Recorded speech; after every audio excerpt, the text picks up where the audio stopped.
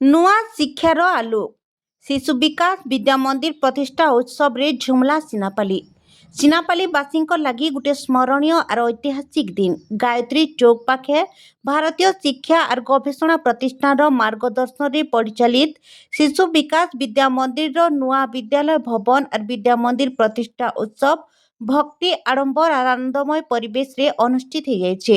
ସାରା ଅଞ୍ଚଳ ଏ ଅବସରରେ ଗର୍ବ ଆର ଖୁସିରେ ଭରି ଯାଇଥିଲା।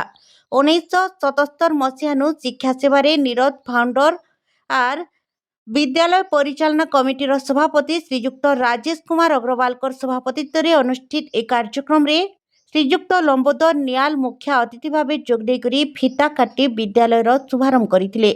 ସମ୍ମାନିତ ଅତିଥି ଭାବେ ସିନାପାଲି ଅଙ୍ଗନବାଡ଼ି କର୍ମୀ ଶ୍ରୀମତୀ ଜାହ୍ନବୀ ମେହେର, ସରସ୍ୱତୀ ଶିଶୁ ମନ୍ଦିର ସିନାପାଲିର ସିନିୟର ଗୁରୁଜୀ ଶ୍ରୀମତୀ ରଞ୍ଜିତା ଠାକୁର, କାପସି ଉଚ୍ଚ ପ୍ରାଥମିକ ବିଦ୍ୟାଳୟର ପ୍ରଧାନ ଶିକ୍ଷକ ଶ୍ରୀଯୁକ୍ତ ବିଜୟ କୁମାର ସାହୁ, ଡୁଙ୍ଗରିପାଲି ଆର ବିନକା ଶିଶୁ ବିକାଶ ବିଦ୍ୟା ମନ୍ଦିରର ସମ୍ପାଦକ ଶ୍ରୀଯୁକ୍ତ ସୁଧାଂଶୁ ମହାକୁଡ଼ ଆର ଶ୍ରୀଯୁକ୍ତ ସୂର୍ଯ୍ୟନାରାୟଣ ପାଢ଼ୀ, ବିନକା ସିଦ୍ଧାର୍ଥ ଜୁନିୟର କଲେଜର ଇତିହାସ ଅଧ୍ୟାପକ ଶ୍ରୀଯୁକ୍ତ ଅଭିଳାଷ ମିଶ୍ର ପ୍ରମୁଖ ମଞ୍ଚାସୀନ ଥିଲେ। इहादे प्रारंभ 5 क्लास तक पाठदान चलवा। ए अवसर रे नूआपड़ा जिलार सिनापाली ब्लॉक खोलना निवासी फलिंद्र महानंद और तांको धर्मपत्नी जशवंती महानंदकर कन्या वंदना महानंद पहला भर्ती होकर विद्यालयर शुभारंभ करथिले। ए दुरुज देखिकरी अनेक आखिरे खुशीर लहरी खेली जाइथिला। सखालु शंखध्वनि वेदमंत्र और पूजा पाठ रे सारा परिवेश पवित्र हो जाइथिला।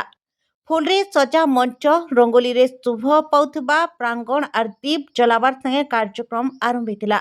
छुआमानकर सांस्कृतिक प्रस्तुति समकर मन के मोहि नेइतिला। वक्ता माने कहिथिले जे ए विद्यालय खाली पढ़ा सुनार केंद्र नुहे से एटा भल मनुष्य गढ़बार गुटे पवित्र तीर्थ।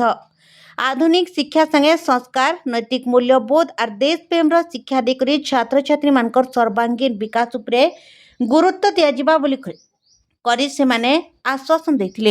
ई प्रतिष्ठा उत्सव सिनापाली अंचल लगी गुटे कार्यक्रम नुहे से बरंग नुआ शिक्षा जुगर गुटे आरंभ है। अंचलवासींकर मन भितरे नुआ सपन और नुआ आशा जागृत होइछे। ए विद्यालय आयबा दिन के ज्ञान रो दीप जलाई करी समाज के आलोकित करबा बोली करी आशा करा जाउछे।